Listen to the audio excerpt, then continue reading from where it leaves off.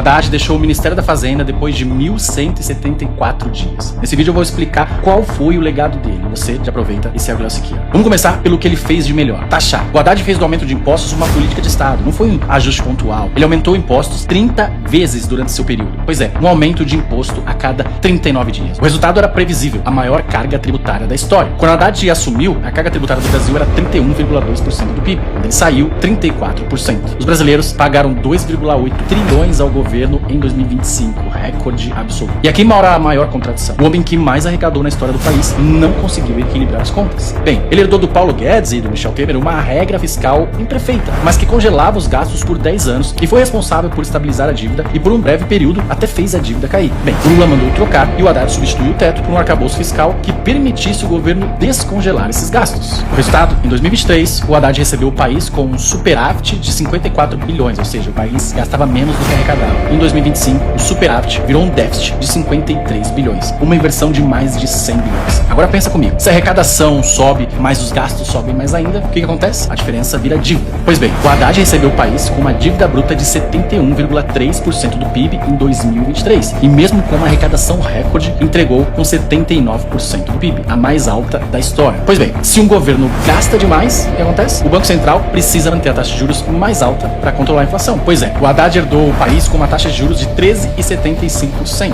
Só que eles viviam, ele, o PT e o Lula, condenando e criticando o Bolsonaro e o Roberto Campos por essa taxa que, segundo eles, era elevada. Só que depois que assumiram, indicaram o próprio presidente do Banco Central e ainda assim os juros permaneceu 15% por um ano mais ou menos, e entregaram com 14,75%, o segundo maior juro real do planeta, abaixo apenas da Turquia. Há evidentemente um outro lado da moeda e seria desonesto da minha parte não reconhecer esse outro lado. O PIB cresceu 3,2% em 2023, 3,4% em 2024, o desemprego caiu para 5,1%, a mínima histórica, e a inflação do mandato é a menor desde o Plano Real. São fatos e eu não nego isso. Só que deixa eu te contar a outra parte que eles omitem. Esses argumentos já foram usados antes. Em 2013, a Dilma, ela tinha números parecidos: PIB crescendo, desemprego muito baixo, renda subindo, mesmo receituário, porém, do governo atual: gastar mais do que se arrecada, turbinar a transferência de renda e empurrar o crédito público para todo mundo. É como você dar um analgésico para quem tem uma fratura exposta. A dor até some na hora, só que o osso ele continua quebrado. E daí, quando o efeito passou, o Brasil entrou na maior crise econômica da história. Pois é, os números mostram: o legado que fica do Haddad é de recordes. Recordes do aumento de impostos, recorde do aumento de arrecadação, recorde de gastos dentro do orçamento, recorde de gastos fora do orçamento, recorde da dívida pública.